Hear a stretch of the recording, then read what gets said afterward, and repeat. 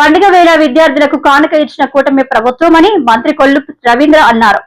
ఈ రోజు ఆయన మీడియాతో మాట్లాడుతూ ఏ ఒక్క పథకానికి కూడా మా పేర్లు పెట్టుకోలేదు, కానీ గత ప్రభుత్వం వాళ్ళ పేర్లు పెట్టుకున్నారని మండిపడ్డారు. కిట్స్ అని ఇలా ఒక వినూత్నమైనటువంటి ఆలోచన విధానంతో వెళ్తున్నటువంటి వ్యక్తి నారా లోకేష్ గారు. ఇవాళ స్కూల్స్ అన్నీ కూడా సన్నబియ్యం ఇస్తున్నాం. ఇవాళ టీచర్స్ కూడా అడుగుతా ఉన్నారు. మొన్న కూడా ఎమ్మెల్యేలు కొంతమంది అడిగారు, సన్నబియ్యం పెట్టిన తర్వాత డిమాండ్ పెరిగింది, బియ్యం సప్లై కూడా పెంచండి అని చెప్పి అడుగుతున్నారు. అంటే గతంలో పిల్లలు ఆ దొడ్డ బియ్యం తినలేక స్కూల్లో తినక కొంతమంది స్కూళ్ళు మానేసినటువంటి సందర్భాలు ఉన్నాయి. ఇవాళ స్ట్రెంత్ పెరుగుతుంది, అందరూ వచ్చిన వాళ్ళందరూ కూడా భోజనం చేస్తున్నారు, దానివల్ల డిమాండ్ కూడా పెరిగిందని చెప్పి మరి గ్రామాల నుంచి మాకు రిప్రజెంటేషన్స్ వస్తున్నాయి. అంటే ఇవాళ ఎంత పారదర్శకంగా ఈ ప్రభుత్వం పనిచేస్తుందనే దానికి ఇదే ఒక నిదర్శనం. రుచికరమైనటువంటి భోజనం, పోషకాలతో కూడుకున్నటువంటి భోజనం ఇవాళ పిల్లలకు అందిస్తూ ఉన్నారు. అలాగే మొన్న తల్లికి వందనం అంటే ప్రతి ఒక్కరూ చదువుకోవాలి. జగన్మోహన్ రెడ్డి గారు కేవలం ఇంటికి ఒకటి ఇచ్చి అందరికి ఇస్తా అని చెప్పి మోసం చేసి ఇంటికి ఒకరికి ఇస్తే అంటే మిగతా పిల్లలు చదువుకోకూడదా, పనికి వెళ్ళాలా, ఒకళ్ళే చదువుకోవాలా?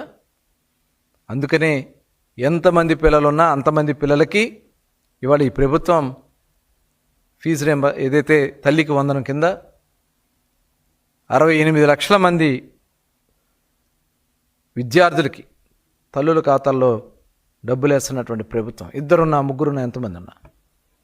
అలాగే మరి మొన్న మెగా డిఎస్సి కండక్ట్ చేశాం. అసలు ఎంత సంతృప్తి! నిజంగా ఆనాడు చంద్రబాబు నాయుడు గారు, ఎన్టీ రామారావు గారు, కూటమి ప్రభుత్వం తెలుగుదేశం ఉన్నప్పుడు ఎప్పుడు చేసినా డిఎస్సి కండక్ట్ చేసింది చాలా పారదర్శకంగా తెలుగుదేశం ప్రభుత్వం.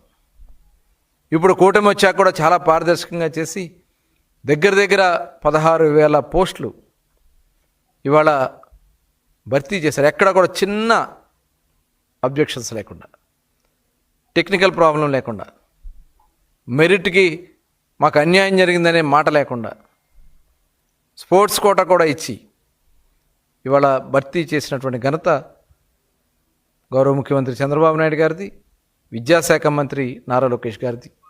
వాళ్ళ టీంని అందరినీ కూడా ఇవాళ రాష్ట్రం మొత్తం కూడా అభినందిస్తూ ఉన్నారు. ఇప్పటివరకు దగ్గర 2 లక్షల మంది టీచర్ పోస్టుల్ని భర్తీ చేసినటువంటి ఘనత మటుకి నారా చంద్రబాబు నాయుడు గారికి దక్కుద్దని చెప్పి ఖచ్చితంగా మనం చెప్పచ్చు.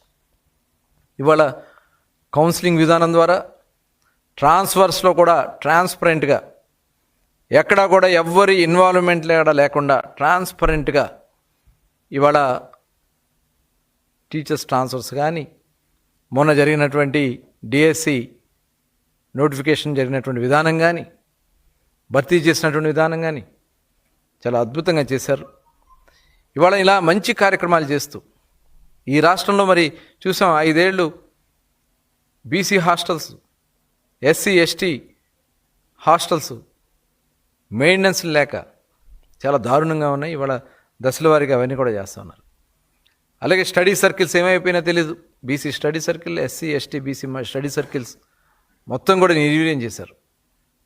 విదేశీ విద్య గతంలో దగ్గర 4,500 మందిని విదేశాలకు పంపిస్తే 116 మందిని జగన్మోహన్ రెడ్డి గారు 5 ఏళ్ళు పంపించారు. ఇవాళ బ్యాంక్స్తో టైఅప్ చేసి ఒక నూతన విధానంతో ప్రభుత్వమే సపోర్ట్ చేస్తూ ఇవాళ విదేశాలకు పంపించడానికి కూడా ఇవాళ ప్రభుత్వం ఆలోచన చేస్తుంది. ఇవాళ స్కిల్స్ కానీ, అలాగే కాలేజెస్ కానీ, ఆ స్కిల్స్ కూడా వాళ్ళకి జాబ్ ఓరియంటెడ్ స్కిల్స్ ఇచ్చి రాబోయే ఇండస్ట్రీస్ ఇవాళ దగ్గర 10 లక్షల కోట్ల రూపాయలు ఇన్వెస్ట్మెంట్స్ రాష్ట్రానికి వస్తున్నాయి. రాబోయే కాలంలో వాళ్ళందరినీ కూడా ఎంప్లాయ్మెంట్గా మన వాళ్ళనే తయారు చేయాలని చెప్పి ఇవాళ జాబ్ ఓరియంటెడ్ స్కిల్స్ కూడా ఇవాళ ట్రైనింగ్స్ ఇస్తున్నాం. ఇవాళ టెక్నాలజీ కూడా